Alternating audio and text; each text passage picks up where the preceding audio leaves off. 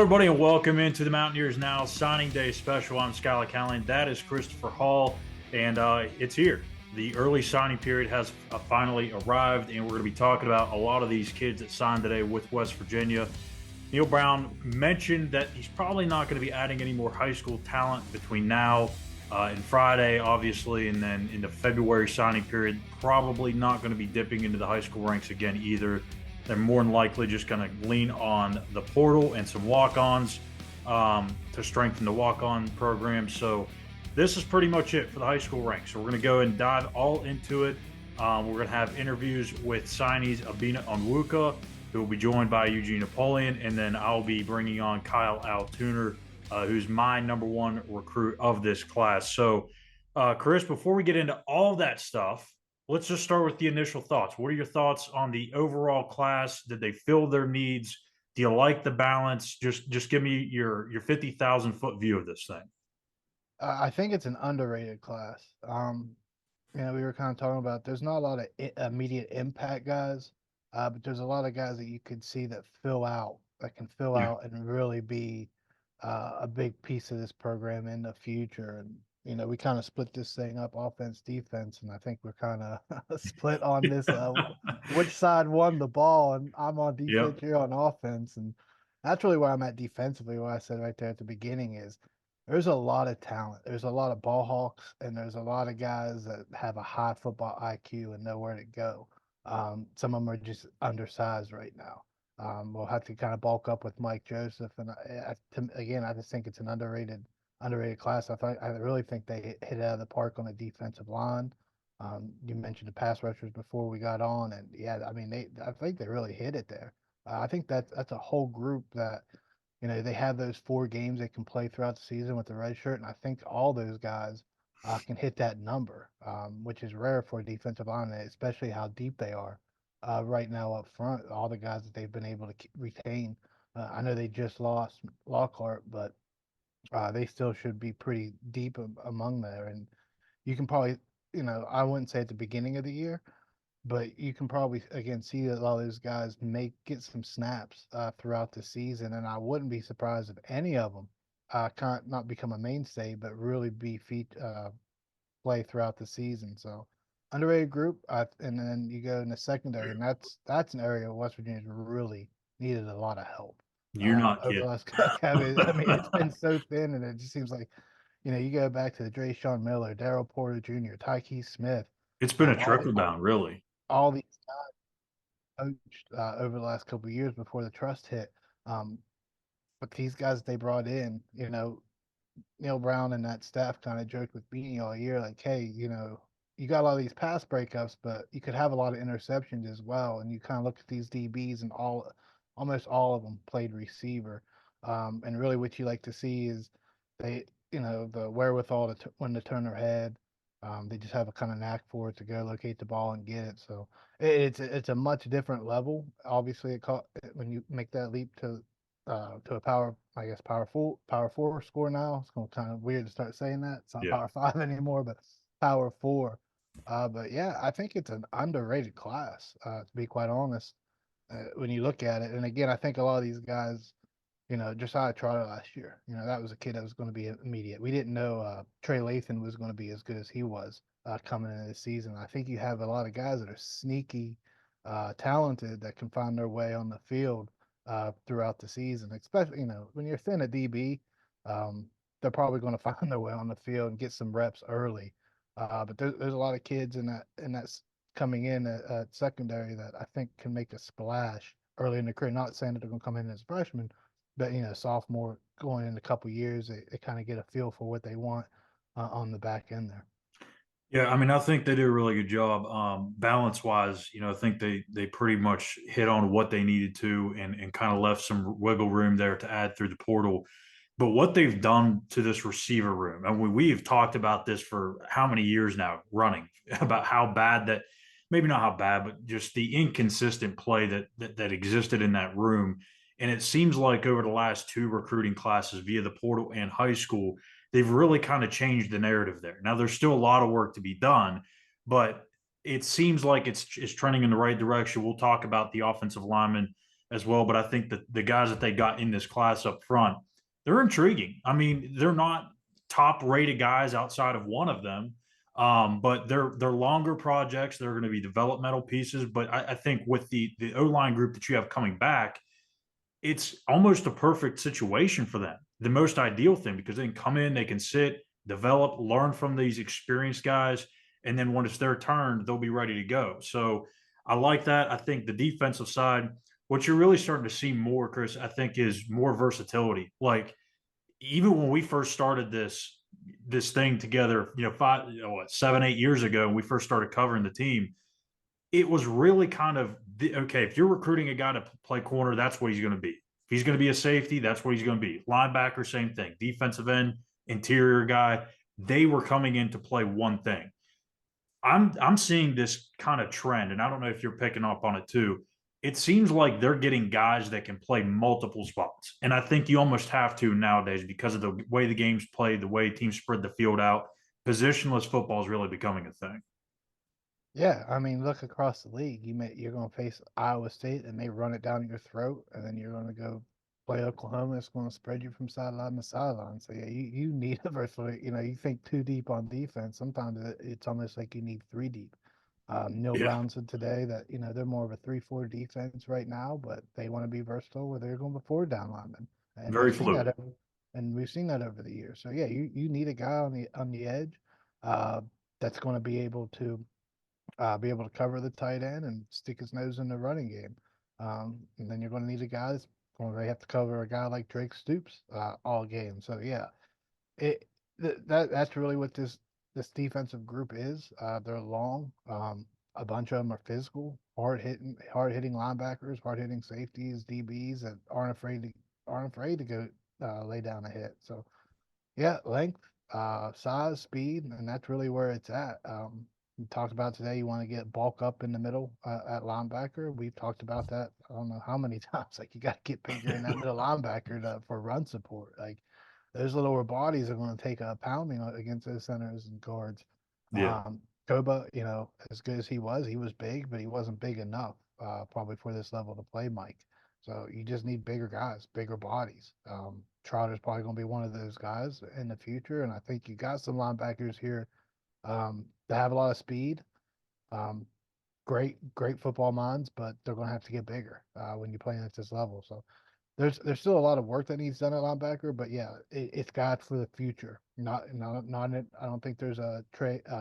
There's not a Trotter in here. I don't know if there's a Trey Lathan um, in this group, but if there is, it's probably Ricky Williams.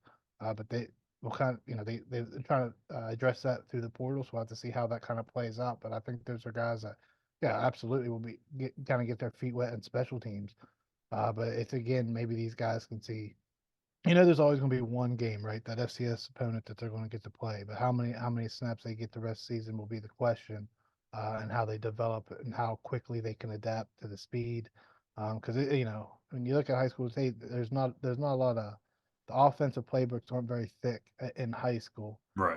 They're going to get a lot of pre-motion and just how fast they can adjust will be the question. How much playing time, really in the back end as well, because there's a lot of eye candy that can get guys suckered in and get receivers behind them.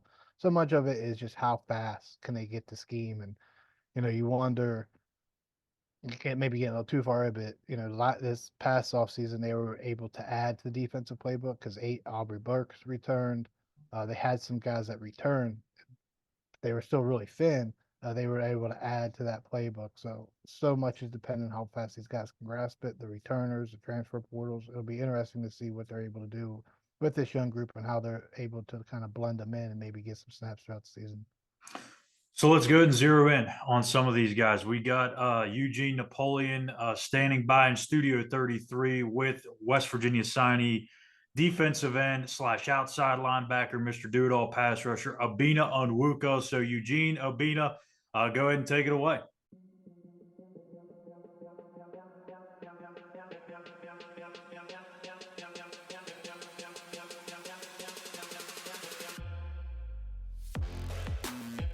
My God, I'm excited to have you on, man. Obinna, what's going on with you? Doing good. How about you?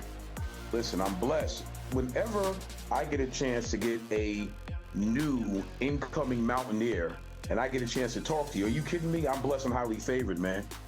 How's the family doing? They're all doing great right now. We're all doing good. Whole family. Good.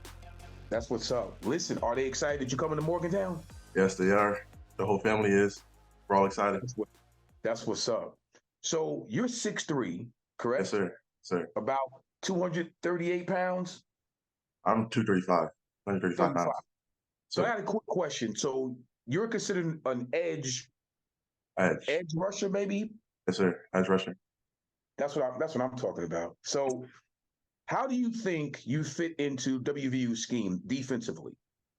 I'll probably say I can fit in a 3-4 defense. I can fit at like the outside, probably defensive end position. I can say I can fit in like versatile spots. I can say that. I can fit in like 3-4, 4-3. I can fit in many different schemes. Yeah. That's what's up. Are you excited to come in and just start smacking quarterbacks around? You already know, Coach. I mean, I can't wait. I have about 4 more weeks, so I'm looking forward to that. I can't wait. I can't wait to join the family. Absolutely. Yeah. Absolutely. So out of some of your offers, I know, and we won't get, because we know you had a plethora of offers, but I want to get down to some of the other schools like VTech and Boston College and Penn State, USC, Wisconsin. What drew you to Morgantown? A great question. I would say it'll be Coach Brown. He's a great coach to be around. He's just a great person. He's so straightforward with me. So I was like, okay, that's very cool of him. So I have to come here. He's a great person. I love Coach Brown. That's my guy. I love him so much. Dude, let me tell you something, Obinna. That means a lot because Coach Brown reminds me of my old coach, who was a legendary coach there, Coach Don Nealon. And I transferred into WVU way back when because of those same very reasons. And that's important. When you can see that high character in a man, and he's also happens to be a good football coach, you picked WVU for the right reasons, young man. You really did, because that's what you're looking for. You're looking for the character of the man that you want to play for. Because you're going to understand years down the road, this becomes a lot bigger than just football. Yeah, for sure. Yeah, you know what I mean? And Coach Brown is a high character individual. So I'm really glad to hear you say that. That means a lot. Thank you. Sir. That means a lot. So coming out of high school, quick question.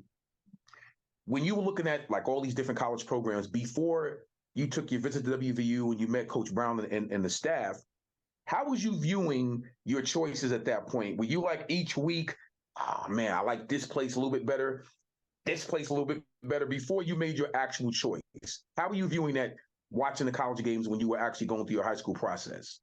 That's a great question too. I would just say per week, I would just say I was trying to look into like the academics of the school. Like that has to be like the best place for me. So I would just say that.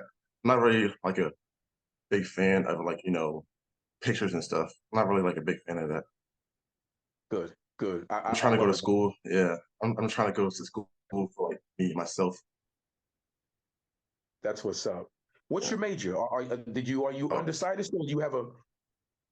Yes, I'm doing psychology. I'll be doing psychology for 4 years. I'll probably do my master's degree, probably, but I'm not sure about that yet. But nice. So far, I'm doing psychology. Obinna, I'm telling you something, man. I love it. Your head is screwed on right, and that's exactly where it needs to be. Student athlete first, as we all know. Some people get a little bit twisted, but it is student athlete first. You got to go to class first so you can do the things on the field to be eligible and all that good stuff. So I got a few, if you don't mind, rapid fire. It's really simple stuff. But I'm gonna ask you a question and give me some of your faves, some of your favorite things. Okay. So got them written down so I wouldn't forget them, right? It's like rapid fire stuff. So, okay, favorite NFL team? It's the Commanders. Okay, all right, okay. Favorite college football player of all time? My brother, Obinna Onwuka. He played at Boston College. Yeah, I'll say him. That's my brother. Obinna Onwuka. I love it. I love it. You got to go there. Okay. Yeah. Favorite WVU football player of all time. Of all time? Yep. That's a good one. I would say all time, but like not right now. You know what? Let's make it in the last 10 years. So it's a little bit more. Last 10 years? Okay, I would say Jaheim White. I'll say Jaheim White. Okay, listen. It is what it is. I got you. It's one of my faves too. I got to be honest with you. Yeah, man, he's going crazy this year. I'm not gonna lie, he's going crazy. Having a great season.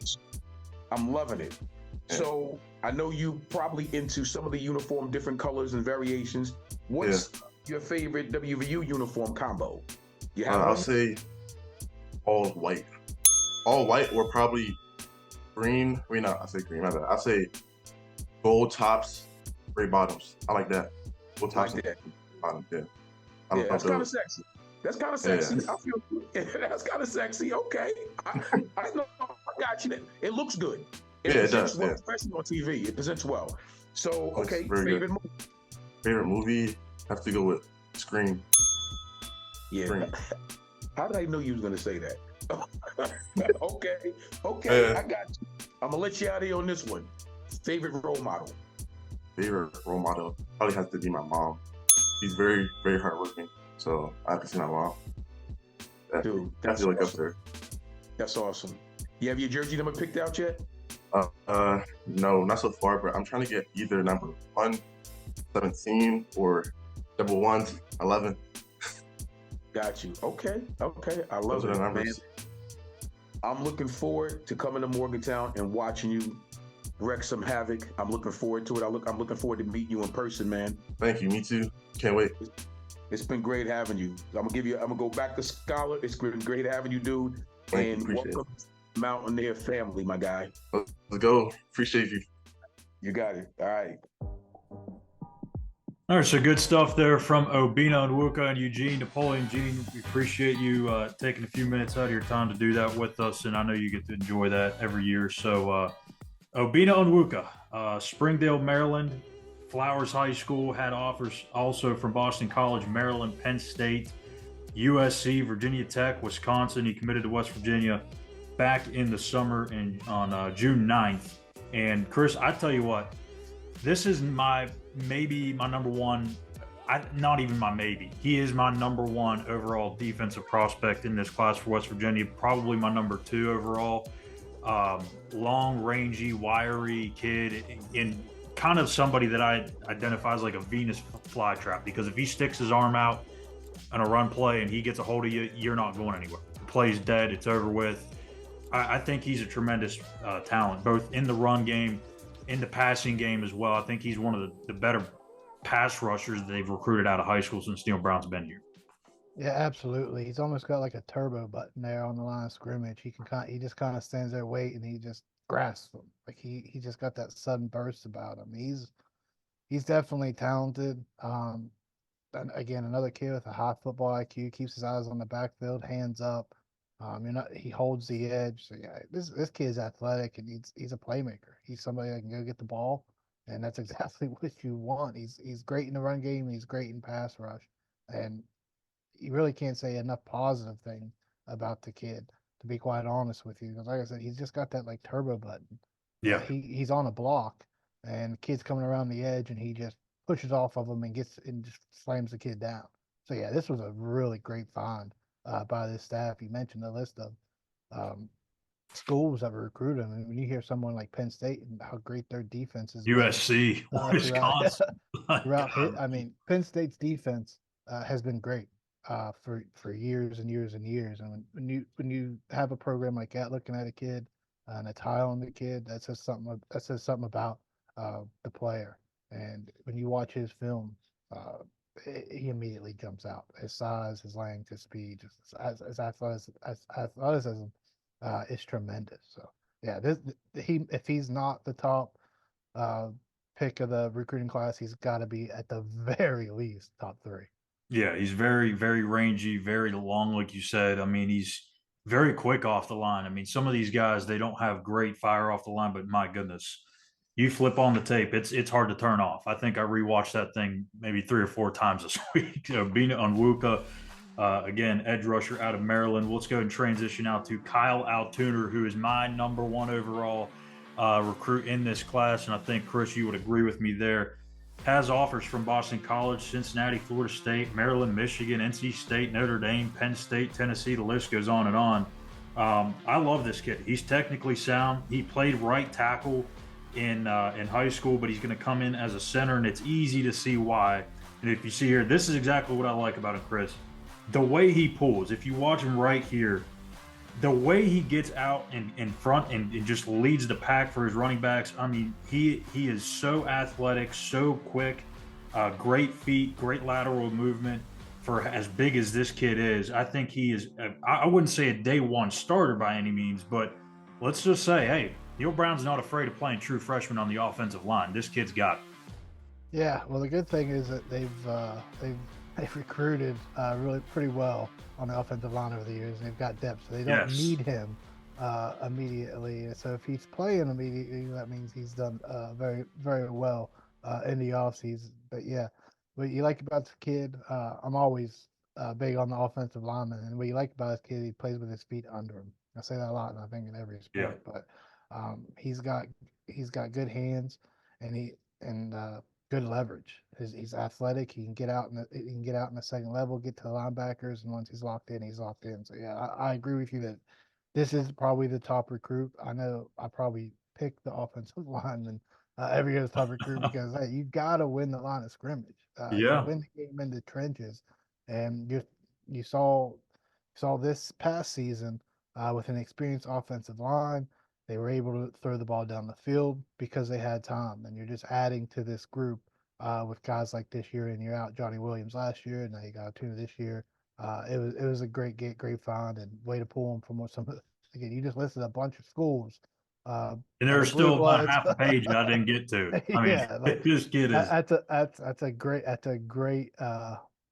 great get right there. So yeah, he's as good as advertised, and you know he's already big. And just think about when Mike Joseph gets hold of him as Yeah. well. So he's only going to be 18 when he rolls into Morgantown. This kid will be a lot of fun to watch in the future. Yeah, and when he was in high school, again, he was playing right tackle, and it was almost like he was the quarterback of the offensive line, and usually that is the center. But when you see a right tackle kind of making all the checks and stuff at the line, it just wow, very advanced football player, very He's one of those kids too. When you think about I'm not comparing to Nick Malone, but when you think about his versatility and what he's able to yeah, do, where yeah. he's lined He could up, play guard.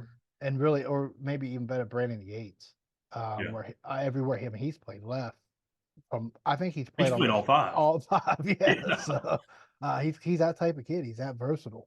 He's that athletic. When you're that big and athletic, and you can do that. Now, watch me. Hopefully they won't need that again in the future. The way they've built this offensive line. But yeah, I mean, he's one of those kids that like, hey, we need a left guard this week due to injury. He's a kid that can do that for you.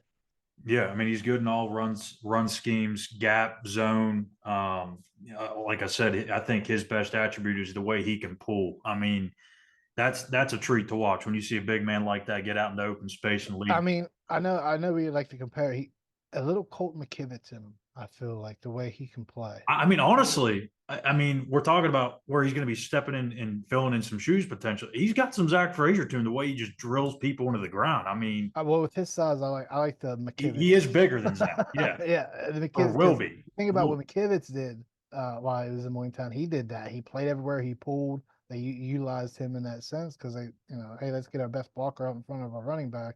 And they did all kinds of things with McKivitz. And look where McKivitz is now, playing with San Francisco. So yeah, Yeah. I like him a lot. Yeah. Well, enough talking about him. How about we just go ahead and bring him on? So give us just a few seconds. We're going to go ahead and bring Kyle Altuner in to talk with him, and we'll get to know more about the newest Mountaineer offensive lineman.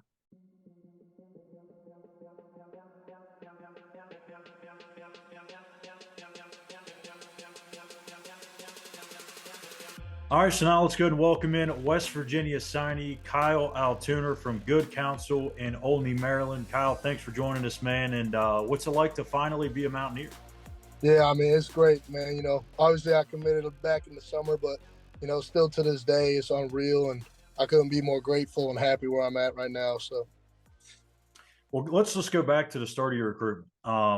What was that whole scene like? When did you start hearing from schools? When did you start hearing from West Virginia? And what were those initial conversations like with O-line coach Matt Moore?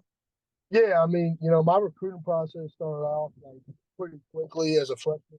So I didn't actually start hearing from West Virginia until later in my junior year, going into senior year. So, they kind of picked up later, but I visited there a lot as their local school. And, the first step I took on campus, I mean, I loved it there when it comes to coaching staff and, really the whole environment together. It was a perfect fit for me. So West Virginia obviously had one of the best centers in the country this year in Zach Frazier, some All-American list. He's going to be maybe one of the first centers taken in the NFL draft this year. How kind of cool is that for you to kind of maybe not necessarily follow in his footsteps right away, but kind of be in the plan and in the pipeline to be in that same realm as him? No, yeah, it's definitely cool seeing a center like him at West Virginia going to the league and, doing so well on the field. And, my goal is to go in there and fill his shoes and leave my own mark there as a center. But yeah, I mean, it's great seeing him do all them good stuff and get all them accolades.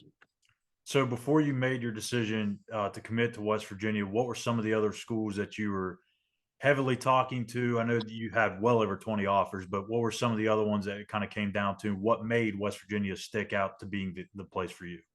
Yeah, I was really looking at Michigan during the spring, and then I was looking at like Florida State, Boston College, and some of the ACC schools. Mm-hmm. But for West Virginia, like I mean, when it comes to when it comes to academics, and then also on the field, my ability to be able to go in there and possibly, compete for a spot as a freshman, seeing that Frazier's leaving this next year, so that really stuck out to me.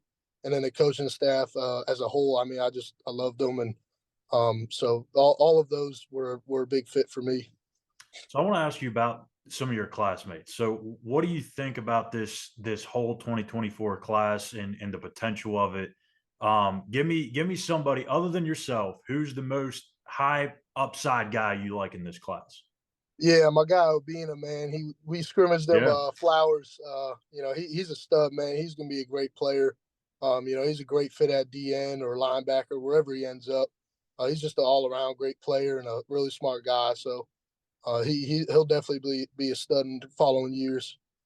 And have you talked to Zach when you go on some of these visits? Yeah. I introduced myself. I get to talk to him here and there. And I've met his family on game day. So, talking to him and his family is great, and learned a lot from him. So what was maybe the one or two things about West Virginia that you didn't know until you visited there? Yeah, I mean, for me, football wise, the main thing that's what I was looking at. Just scheme wise, a lot of inside zone, wide zone. When it comes down to the football side, Yeah. that's what I really looked at and what I wasn't sure of. Just their scheme of their offense, and that's really the main thing I didn't know that I got to learn as I got to sit down with Coach Moore and talk over their offense and learn how I could be a fit in there. All right, so we'll wrap you up here with a little rapid fire. We did it with Obinna a little bit earlier ago, so we're going to go and get you with the same thing here. So you can keep it as short as you want it. We'll just go right through these things. So give me your favorite NFL team. Favorite Washington, man. Oh, so you and Obinna are on the same page. Okay. Yeah. The Commanders. All right. Favorite athlete of all time. Can be any sport, pro or college. Favorite athlete. Probably have to go Jason Kelsey, man. He can do it all on the field, man. Yep, that's a hot commodity right now, the Kelsey brothers. Favorite Christmas movie, since it is Christmas time. Christmas movie. Probably I believe it's The Christmas Story. Christmas Story? I believe that's what it's called. Shoot your eye out. I like it. My wife's not a huge fan of it, but I've got to have it on. Yeah, yeah, it's fun. Favorite WVU uniform combo. There's a lot out there. This is kind of highly controversial. Yeah. I probably have to go with the all yellow, man. I mean, The you know, like bananas. yeah, man, you can't go wrong with the all white, but the all yellow is definitely hard. It's an exotic combo.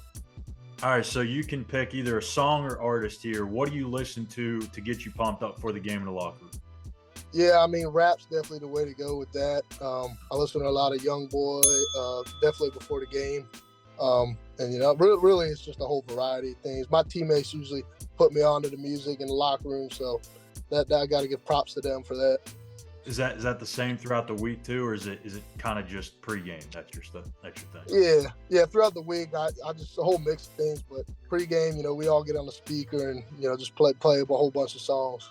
I got you. And then since NCAA is coming back next year, it'd be pretty cool to see yourself potentially on the game. But Madden or NCAA? Madden. Madden, yeah, really? Yeah. Really? Yeah. Okay. I mean, okay. I haven't played NCAA from back in my elementary school days, man. Yeah, that's so, right. I mean, once I get back into it, that might be the one. But Madden right now for sure. Yeah, I mean that does make sense because you were probably really tiny whenever NCAA was actually a thing. That was a decade ago. So yeah, back in the day. You'll fall in love with it for sure. And then lastly, your biggest role model. My biggest role model, definitely my dad. You know, growing up with him and seeing how he always kept the family on top of things and kind of just his whole way of life. I mean, just following him and his footsteps and. You know, my goal is to be like him. So that's my role model right there. That's awesome, man. And well, Kyle, I appreciate you taking a few minutes out of your time to join us here on the Signing Day show. Last thing is, do you have any message to the Mountaineer fans or anything that they don't know about you that you want to let them know? Man, I'm just ready to go, and I'm ready to go put in the work and lead us to a winning season. So that's all it is right there. Good deal, man. Well, I appreciate it. Thanks for stopping by once again. And we're going to go ahead and take a quick break here on the National Signing Day show on Mountaineers Now. And we'll be right here back with this word from Country Roads Air Duct Cleaning. Take me home to comfort. Do you have dirty air ducts? Is your dryer vent plugged up? Well, odds are you probably don't know the answer to that question. Fortunately for you, we know a guy.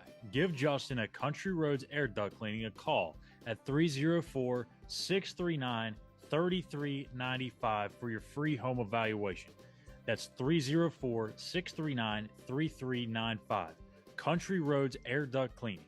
Take me home to comfort. All right, so good talking with Kyle Altuner. We had Obinna on earlier, and now we're going to kind of get more in depth with this, I guess. But before we do that, I do want to talk about Khalil Wilkins. We're going to have to talk about a quarterback, right? I mean, anytime you get a quarterback, you gotta at least take a look at him. So we're going to throw up some of the highlights here. Wilkins at Upper Marlboro, Maryland. Dr. Henry Wise had offers from Boston College, Maryland Pitt, and Marshall. Chris, this is an interesting prospect. I mean, I think he's going to be someone that's a developmental guy, but I do think he's got really good zip on the ball. He's got, I think, dual threat ability to him, but I think more so than anything, he wants to throw the football. You see that when you watch his tape. He's not looking to take off, but he will, and I would actually encourage him to use his legs a little bit more than he has. But I think he's got a repeatable, smooth delivery that allows him to complete balls at a high percentage. Just a really interesting prospect here. I think as he gets bigger, as he fills out that frame, again, mention of Mike Joseph here, as we're going to talk about a lot probably with these kids. He's got an interesting future. Yeah, I think an adjective you can use a lot with these kids is just a gamer. He's a guy that can make plays for you. You mentioned his legs. He does a good job. I feel like he keeps his eyes downfield. You mentioned that he wants to pass first. He can move within the pocket a little bit, but he'll roll out and keep his eyes downfield, gives receivers a chance. And, Garrett Green was something that he had to develop while he was here because he was a run-first quarterback at a high school. Yeah. He didn't do the 7-on-7. This is almost the reverse, where he's talented to run, but doesn't really like to. Yeah, so much of these quarterbacks is just defensive recognition and where to go with the ball, and that's something Garrett Green's still developing. And he really improved with that throughout the season this year. So they're at a position at quarterback where you're coming in with Green next year. Nico is the future quarterback, so you're going to have this kid within this system 2 years probably before he sees the field. So that's exactly, I think, what you want if you're West Virginia, because you're not going to go get a 5-star kid. That's very unlikely at this point in time. So yeah, I think this is a sneaky good pickup, and they knew their need at quarterback, and they want to find a guy that is a gamer and a guy that can make plays with his legs and his arm, and that's what you need in this today's age in football, where you can have a dual threat quarterback where if he takes off, he's going to have the speed to maybe break it all the way. And that's what he kind of brings to the table. Yeah, I mean, I think he needs to work a little bit on his escapability because I think, again, he wants to hang in the pocket a little bit too long. He's got the legs. He's got to use them. And that's why I say I'd encourage him to use them a little bit more because he is really good throwing off platform, throwing on the move. He's good at improving. I just think he's phenomenal when he's not having to sit in the pocket. And you kind of see that a little bit with Garrett Green at times too, where he's good on the move, good in the read game for sure. So I think it's a project, but one that can definitely work out. Again, if he fills out, becomes consistent in the passing game, I think this is somebody that could certainly potentially be a starter down the road. But hey, now you got two southpaws, like you said, so it's an interesting dynamic there in that quarterback room. But so for Wilkins, what do you think his path to starting looks like? Is it 2 years, 3 years? Is it wait until Nico's gone, or do you think he could potentially push Nico when that time comes up? Well, you also remember Sean Boyle, And Sean right? Boyle, yeah. Can't forget my Charlotte guy.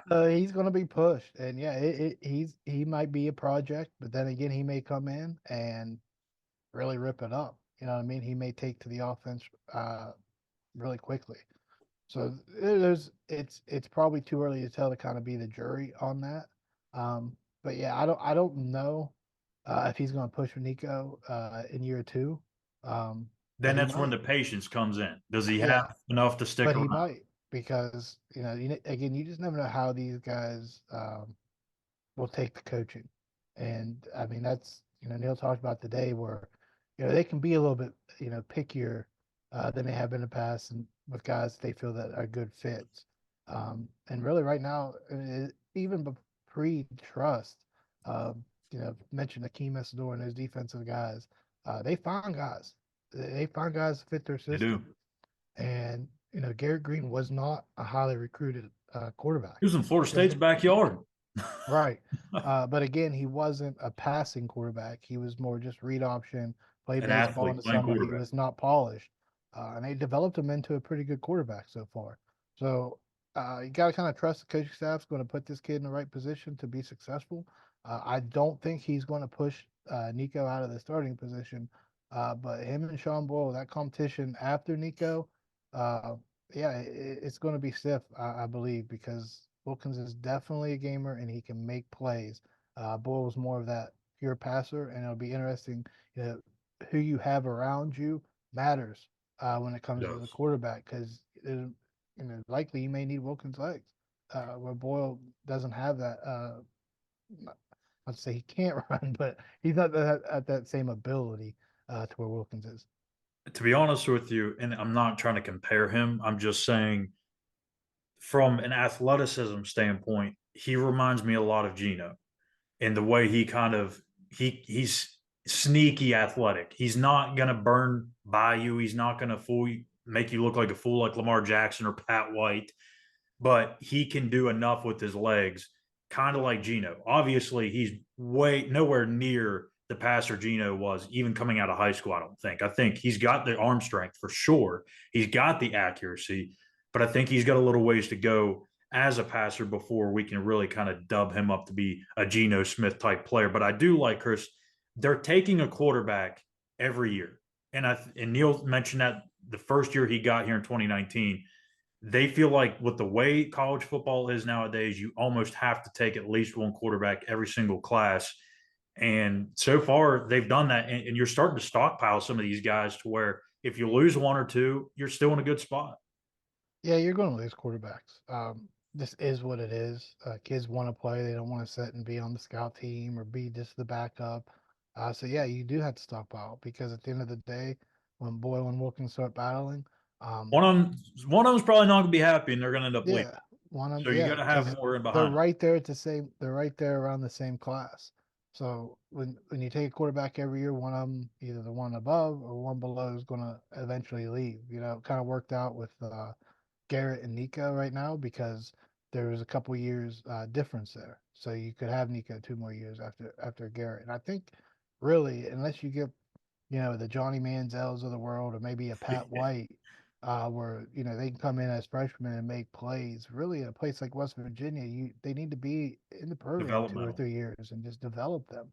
And really, when you look across college football, even at the Georgias, Alabamas, wherever, most of those guys are in the program 2 or 3 years. You don't really want to throw a quarterback out there in freshman unless they're just all world talent. So, yeah, it's just like everywhere else. You just want to develop, get them in the system. First year, everything's kind of thrown at them, right? They're going to college first time, and it's nothing like high school, as everyone knows. You're not right in the same building, especially in Morgantown, where it's just spread out.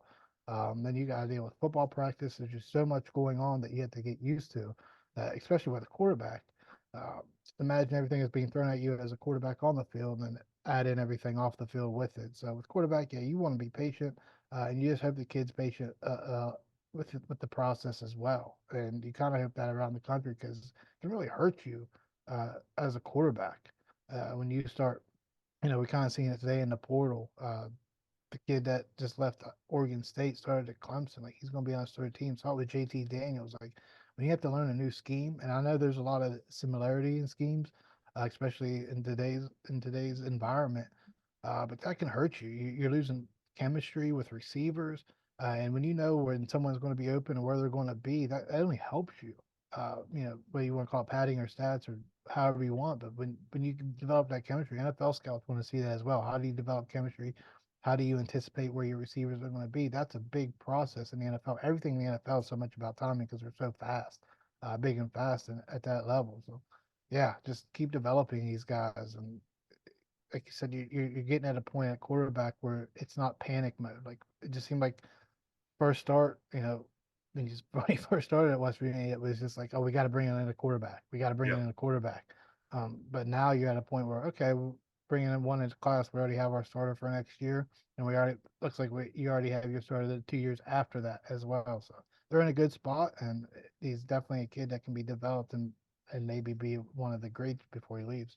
Yeah, I like the path that they've kind of created here. You got one more year of Garrett Green, Nico going to be battling again with Sean Boyle and maybe even Khalil Wilkins. Maybe I don't know that early, but still, you went from, like you said, having to try and scramble and figure out who that quarterback's going to be on a year-to-year basis to now you kind of got a little bit of a runway here where you just won 8 games, you may win a ninth, and if you have success next year, it's only going to set up for more success the years to come because you have some talent at the other positions, which we're going to go and get into now. So, talking about the offensive side of the ball, they bring in a couple of running backs, Travion Dunbar, Dior Hubbard. At receiver, Dominic Collins, Ric'Darious Farmer, who they got to flip from UCF, a huge flip that we kind of saw coming the last week or so. But that officially happened. Brandon Raymond, who is, again, one of my top prospects in this class, tight end Jackson Marco. On the offensive line, we already mentioned Kyle Altuner, Lucas Austin, and Justin Terry. So, Chris, where do you want to start? What stands out to you about some of these guys on the offensive side? I like Farmer. I mean, obviously. Yeah, I mean it's hard to not go with Day Farmer. That kid's electric, man. I mean, just Yeah, and that's one of the things you've been missing. He's a On the magician, outside. man. Yeah, He is a magician in tight spaces. Like I try not to use the Tavon comparison because that's a one-of-one situation, but he's got that little bit of magic in him to where he makes yardage happen where it really shouldn't, and he makes plays happen that shouldn't happen. He makes the hard plays and look routine. Just an absolute explosive playmaker. Yeah, and I think what I always look for in receivers, yeah, you want to make guys miss in space because you utilize that, that the run game, like that quick pass, you Yeah. miss, get upfield, but high pointing the ball. It just seems like such a lost art in today's game, and that's something that really sticks out with me with him. So, you talked about Rodney Gallagher coming in last year. You got a lot of young talent. Traylon Ray. Traylon Ray. There was a kid that, I don't want to say he came out of nowhere, but definitely didn't expect to see him make the splash that he did this year. So this is a kid that, kind of like Rodney Gallagher was this year, just find ways to get him the ball. Let him work. Yeah. I think he can be even a bigger impact as a freshman than we saw, what Traylon Ray and Gallagher did this year. So, yeah, I mean, to me, he was the one. Again, I'm biased with offensive linemen, but he's my number two offensively. If you look at the skill guys, that's the guy that he stands out immediately. Yeah, I mean, again, he was initially committed to Pitt. West Virginia's been in on him for 2.5 to 3 years. I think Neil said it was actually Chad Scott's first offer or one of his first offers, but they've been in on him. He committed to Pitt. They got back in the mix again. Then he flipped his decision to UCF, and then he held there until today, where he flipped it once again to West Virginia. I like Brandon Raymond. He's to me the most polished, and I know that's saying a lot because Day Farmer is really good, but I think Raymond is more of your 3-level threat receiver. He can beat you underneath, intermediate, deep. I think Farmer's got a ways to go in some aspects of that. I think Raymond's your more clean, sharp route runner, where I think Farmer is kind of somebody you don't want to take a kid's magic away, right? You want him to be creative. And I think that's what Farmer does in some of his route concepts, where he kind of goes off the kilter a little bit, where Raymond kind of sticks to what his route is, but he runs them clean, man. And boy, is it a beauty to watch to see him do work over the middle of the field. I think he does a really good job of finding the soft spots in zone coverage. Can make the heavily contested catches, the jump balls. He's somebody that you want to take your chances with downfield, because with him, it's not a 50-50 ball. It's more of a 75-25 or 80-20 ball. But I like Brandon Raymond. What about the running backs? Dior, Hubbard, Trevion Dunbar. Yeah, I was when you were going through it to me, I was gonna say, what about Dior Hubbard? Here's another kid that could do is explosive at running back, packs a punch with his He little frame. surprised me. Yeah, Because packs a his punch with junior his tape little was good, frame. but man, that jump he made from junior to senior year, in my opinion, the tape just is completely different. Yeah, it's funny. We just saw Jaheim White have the freshman season he did.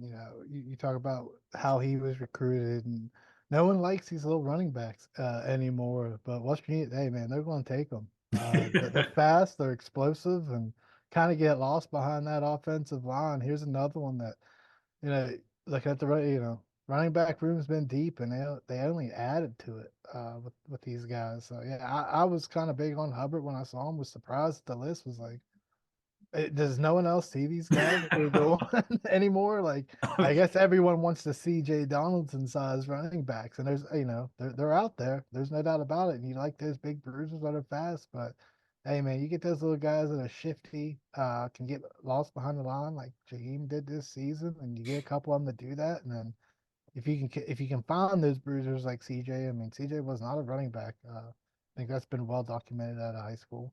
Uh, if you can get those, kind of wear it down, and then get you a Jaheim White, kind of shake and bake you a little bit. Here's another one. Here's another one that'll do it for you, and I think he's another one that can also be utilized in the passing game. So, like that kid, I think if you're, out of the skill position, I know you mentioned the other receiver. I think here's another one. Like, hey, you could possibly have this kid in your top three, even though the recruiting numbers aren't there.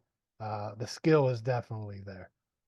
Yeah, what I like about these two running backs, they're similar, but they're different. And what I mean by that is they're built different. Their run style is semi different, but for the most part, it's the same.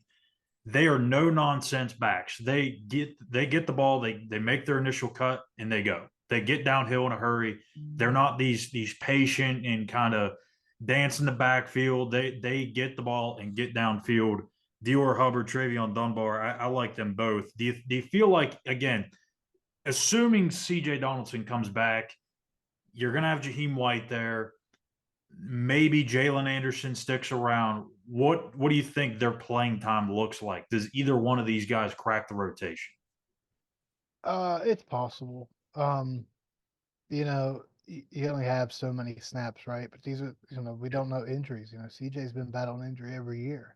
He's been taking a beating. Jaheim hasn't really had the, he's a little shifty. He gets lower than CJ does, obviously with his size. So, they're going to find. I think, as much, you talk about Gallagher and the receiver Day, finding ways to get them the ball. I think these are guys that, hey, don't. Oh yeah, you forgot DJ Oliver is back there as well. Yeah, that's true too. So Again, this is what you want. You want to yeah, stockpile these guys. This is a good problem to have. Much we better than just you had talked 3 about, years. the quarterback have everything that they have to do. It's the same thing with running back. How well can they pass protect? If they can't do pass protect, recognize where the pressure's coming from. It's going to limit what they're able to do on the field, and it's going to limit their playing time year one. So it's really the same thing. How fast can they get the scheme? Skill wise, you get the ball in the hand, they're probably going to do something good with it. But if they know they're going to get the ball, it's going to quickly diminish anything that they can do with the ball. All of a sudden, they're going to kind of play Superman there. So it's just how much they can get schemed. But skill wise, yeah, you can see probably utilizing their 4 games throughout the season. And maybe, hopefully not maybe more because you already Then you got know guys something's wrong. there. Yeah. But obviously, these guys can definitely play their way on the field. Jaheim White, again, that was a kid that you weren't expecting to play this season. Yeah. So, hey, man, when they come on the field and they get it. DJ Oliver was a kid that, when he came in, uh, if they weren't so heavy at running back, he probably would have played this year. I mean, he was good. He got the ball in his hand, ran up the field, and that's exactly what you want. You still have to clean up a lot of the game. But just like everything else, when you can give them a full playbook where they're in there on second short and they can run a play action or whatever and they can pick up the blitz, that obviously expands your playbook tremendously. So yeah, not having to play freshman is good, but these guys can definitely see their way on the field. Yeah, and Dior Hubbard, he's kind of a slasher back where he just runs so hard, man. Like he's not a big kid at all, but man, he runs He can hard. lay the wood though. He can Yeah, he square up and really he can can. square up and You're not bringing make him you down feel with it. an arm tackle. Like he Yeah. will rip right through those things, and that's the most intriguing thing about him. And with Dunbar, he's a little bit more physical. He can take the pounding, I think, a little bit more. But both those kids, no one wants to tackle them. If you flip on the tape, nobody wants to tackle these kids. They just want to reach and try and grab them. That's not going to work. So, Jackson Marco, the tight end. Not much of a receiving threat just yet. He did play much better in the passing game this And year, that's a position but that they're really going to have yeah, to. I think they're that's in a a spot long-term now. development. I think that's a spot where you're just going to have to bring kids in and develop. We've seen Traylon Davis start to develop a little bit. Right. They brought in Cole Taylor, and I'm sure they'll be able to steal some guys throughout the years through the portal as well. When you see a guy like Cole Taylor, I think I'm not sure if he had the most targets on the team, but if he didn't, he was number He led two. the team in receiving, I believe. Yeah, So well, receptions. your So receptions, yeah. so yeah, so when you see a guy like that, and I'm sure promises were made. Cole Taylor kind of mentioned it throughout the year, like, hey, they said they were going to give me the ball, and they have, Yeah. and that bodes well for the portal and for the recruiting trail. If you guy like that says that, and a high school kid hears it, and he's one of the top tight ends in the country, and of course, there's a 6'7" tight ends don't just grow on Just trees. waiting in the pipeline. Yeah, so if you can go steal a guy off of somebody, that's great. But And the thing with him it's is, definitely a position I'll have to develop. and the thing with Samarco is he's not, like I said, he's not a fully developed pass catcher yet. He is a really good blocker. He's got to get a little bit faster off the ball. His break or his release is not quite quick enough or not smooth enough. I think that'll be developed over the next 2 to 3 years, obviously. But I think too, he's not really playing in an offense that really suits him well. He's a tight end that is playing in a spread offense, and they're using him more in the slot. I think he needs to be more attached to the offensive line because he is a good blocker, number one, and number two, you can slip him out in the flat, you can slip him up the seam. I think there's better ways to utilize him, which we'll see at West Virginia. So finally, to round out the offense, we've already talked about Kyle Altuner, but some of the other guys, Justin Terry, Lucas Austin up front. Terry's an offensive tackle, but I think he's going to kick inside because of how big he is. Lucas Austin, I think he's still growing, and he's already big, 6'7", 265. Man, that's some two big guys that you've got there to go along with Altoona. Yeah, and we kind of hit on the offensive line earlier. You're at a spot now. Johnny Williams comes in last year, and they were so excited about him in the fall, and they're like, this one's going to be a good one. He didn't really see the field this year, Yeah. so you're in a good spot offensive line, and they just keep adding these big, long bodies that are they're strong kids, and again, Mike Joseph will do his thing, and Matt Moore's done a good job building this line. I think everyone kind of expects you can develop a receiving room pretty quick or a running back room pretty quick. Offensive line, it takes takes that years. takes years, man. It takes That's years. You're looking at a 4 to 6 year window, no matter where you are at, because yeah. you're not just building an offensive line. You got to build the chemistry. You got to want those guys to fight for each other and communicate. And leadership is a big piece of that. So they've got a really good room. Zach Frazier came in, set this kind of standard for that group. And you go back to Colt McKivitz, what he did, uh, everything that he did in year one. So that's a room that's really it's come such a long way since when they took over. And again, you're looking at guys that, hey man, this guy might have to play as a redshirt freshman. That's not necessary now. If they're playing a redshirt freshman or as a freshman, that means they're really good at this point. It wasn't out of necessity. It was because they played their way there. And these guys that they got are going to be, there's other guys that are already here. They're going to get other guys. And I think these guys could potentially stick around and be a big piece of this offensive line in the future. Yeah, like I said, I think Terry is going to kick inside the guard. I would be shocked if he stayed outside. I mean, he probably could, but he's just so huge. I mean, I don't know how you don't move him inside. Lucas Austin, intriguing big prospect, but he's got to fill into his body. He's still very, very thin. I think again, a time with Mike Joseph is going to do pay off in huge dividends for him. So let's flip it. And so much of those guys too is it's always interesting. One thing I always say about this, you always hear them talk about freshmen in fall camp, right? And then you wonder like, well, why didn't we see them all season? This group loves to teach. They love the fundamentals of football. They love identifying these guys, what they do well, and one of the things they do on the offensive line is what do they do better, left side or right side? That's what they identify first. And then they say, okay, can you get that big step on the outside? And that's where you're going to be his tackle. So it's just a matter of what they do when they get on field. But I think you're right. You'll probably see him move to the inside. So let's go ahead and flip it over here to the defensive side. Where do you want to go first? You want to work front to back or back to front? You can take it away. We can go. Let's go. Let's work up front because Okay. I really like what This is they a did. great group, man. This is This I tell you what, all these guys, these edge rushers, and of course now Nate um, Gabriel. Nate Gabriel. Yeah. Look, I like this kid a lot. He has a high motor. He's relentless in the middle. He's strong and hit the gap. This kid immediately stands out in the field to me. I thought he was one of the better grabs, outside of Obinna.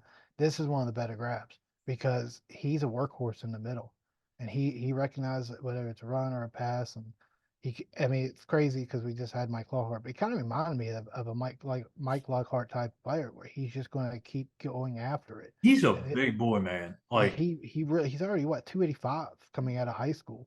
I can envision this kid being in the rotation. I don't think they'll have to rely on him heavily, but I could see him making plays as a and at the freshman. very worst, he's next year's version of Corey McIntyre, someone they're very high on, gets a Yeah, little bit of action. absolutely. Yep, that's exactly how I envision him next season, and I think he can honestly play his way. And he's got a lot to learn, just like everybody else.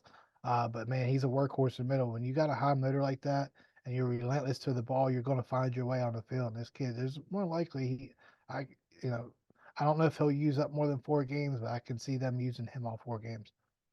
Yeah, the two edge rushers, Mekhi Byerson is a WVU legacy. His dad played basketball for West Virginia, and then Elijah Kinsler up in Jean's neighborhood, Oradell, New Jersey, played at Bergen Catholic, and as Neil mentioned out during his press conference, one of the better high school programs in the country. Kinsler, man, I mean, the first time I saw his tape, he caught my eye. I mean, he's got true pass rushing abilities, and he's got ways to beat you that most high school kids don't. I think he's got multiple moves in his tool belt, which usually kids at his age don't necessarily have.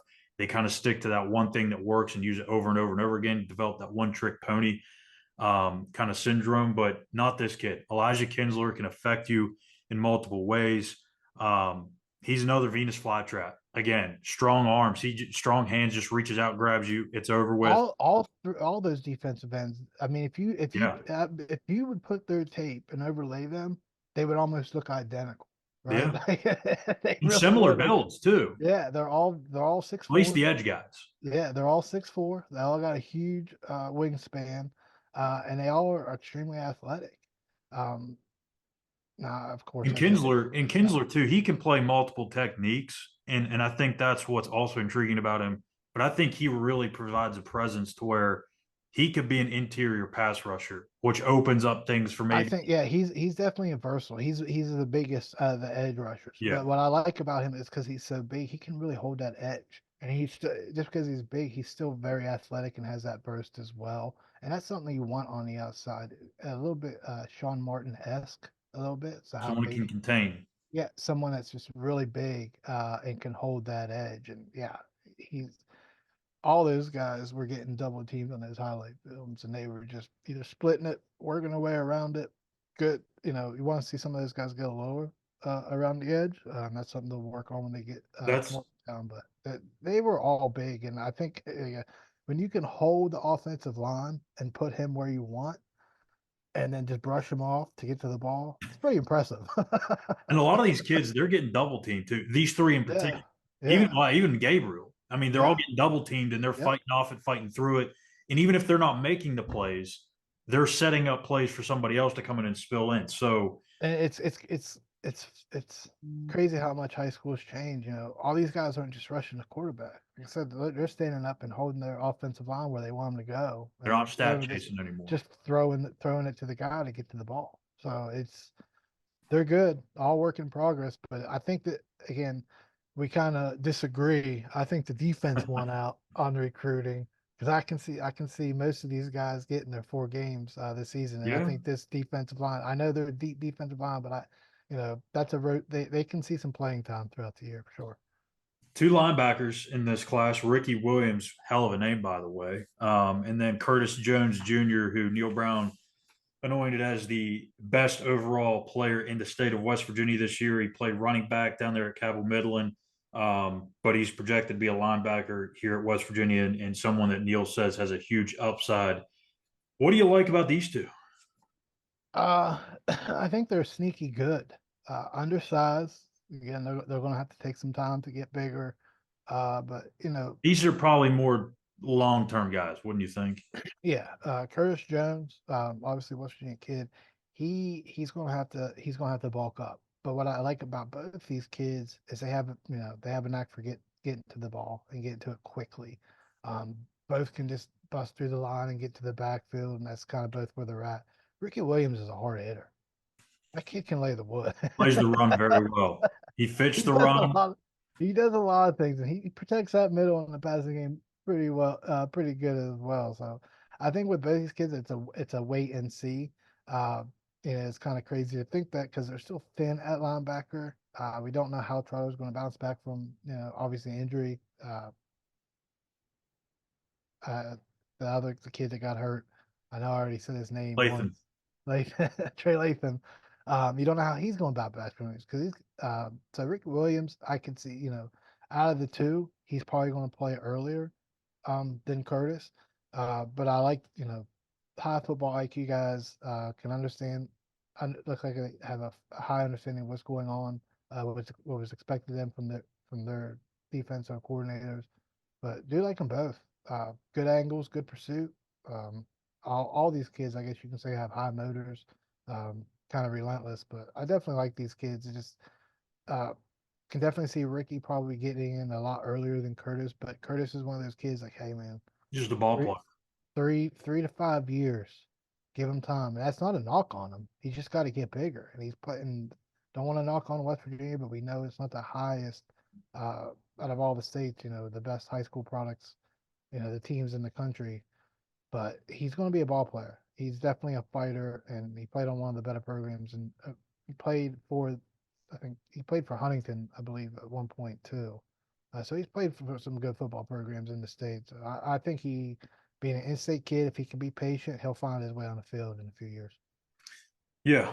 So let's go and round out the defense with the back end, the secondary. You've got Israel Boyce, Jason Cross, kind of guys that can play safety. And then you've got three cornerback types, Zay Jennings, Chris Henry, and Keon Washington. Again, a lot of these guys could play either corner or safety, or maybe corner and nickel or safety and nickel. There's a lot of versatility here, as I mentioned earlier in the show. I think Chris Henry, and I said this actually before Neil did, and I was actually surprised that he said it too, because at least it kind of confirmed my initial thought on him. He is the sleeper in this class. I really believe that. And Neil said that exact word for word at his press conference. He can play sideline to sideline. He's always in the right place at the right time. Rarely ever lets plays get behind him. He keeps everything in front. I think he's an all-league player down the road. I don't know if it's going to be anytime soon, but he's got that Aubrey Burks type impact to him. Again, he's going to start at corner. He could move to safety, but I think impact wise, you're going to see a similar timeline as to what Aubrey Burks had. And then Israel Boyce is another one that I really fell in love with on tape. I think he's got a chance to be a multi-year starter. And Zay Jennings, he's somebody that they're really high on. Just a pure athlete that can pretty much do just about anything you want in the back end. So a lot of versatility. Who stands out to you? Yeah, I think Chris Henry does. I think I agree with everybody there. I think with all these kids, the biggest thing I noticed is, you know, they all could catch the ball. Like, A lot of them are two-way guys. They played yeah, receiver in high school. most of them are two-way guys. So they have an understanding of how to go get the ball, how to track the ball, and that's what you notice. They know when to turn their head because they played receiver. They understand that. Now you can get suckered into that in college. That's why you don't see a lot of guys, even to the NFL. That's why you don't see a lot of guys turn their head, because you can get suckered in and get beat that way. But they have a knack for it. And Henry, he's a hard hitter. Some of those guys, they lay the wood in the back end, and I think, uh, is it Jason Cross? Hold on. Yeah. Yeah, Jason Cross. Look, that kid's going to be a good safety. He played quarterback. He understands the game. He knows how to read the passing game, and I think he may be underrated for what he is. But there's a guy that you can have just set back there and play center field, and he's going to understand where the ball is going to go, and he's going to go get it. So yeah, I think this is a group. Again, it's kind of like everybody else, right? Receiver, unless you're getting just an all-world talent, these guys are going to have to develop. Now, I know they're thin at corner. They've got help in the portal. They're probably going to get some more help in the portal, but these are all guys that are going to get a chance, all of them. So I think you can, out of this group, I think you can find some guys that, hey, they're going to utilize their 4 games and more, Yeah. because Henry is one of those kids. Yeah, he's underrated. Very underrated. He got some Power 5 He will offers. be playing early. Yeah, I think he's a kid that, yeah, game one probably not. But as you get towards the middle of the season, I think you're going to see his name pop up more and more. Yeah, I 100% agree. There's a lot of versatility on. And I think back Cross could end. actually play early too, because again, that Yeah. quarterback experience will help him on that back end, and they're going to need help at safety. So I can see him kind of making that jump rather quickly in his first year. Yeah. But Zay they're going to have to Jennings. get. He's going to have to get bigger though. Yeah. And Zay Jennings too played quarterback at Coleraine before going to Winton Woods, which is now or is the same high school. And David I Long mean, played at. you kind of think about it too. You mentioned it; they're all versatile. So these are guys that, they may they may play nickel a little bit. They may play They may corner. accidentally play a different position. Yeah, like they may have to use, depending on who they're playing that week. They may find some roles for these guys early, just depending on what they can do. Because again, you get a lot of eye candy in college football, so a lot of that's just going to be recognition. So to wrap up the show, I was going to talk a little bit about remaining needs, but I think we're going to talk that in a different episode because we're kind of right up against it, and I think we could fill out a whole 25 minutes about that, and under the radar recruits. So before we do that, I want to mention that the transfers have not signed yet. That'll probably happen sometime within the next month or so. Ohio State linebacker Reed Carrico, Gardner Webb defensive end / linebacker Ty French, Colorado State cornerback TJ Crandall, Oklahoma State wide receiver Jaden Bray, Louisville safety Josh Minkins Jr., and Duquesne cornerback Aiden Garnes. Those are the 6 committed transfers right now. So we'll be seeing those signatures come in at some point, like I said, over the next 3 or 4 weeks. So Chris, let's go ahead and wrap this up.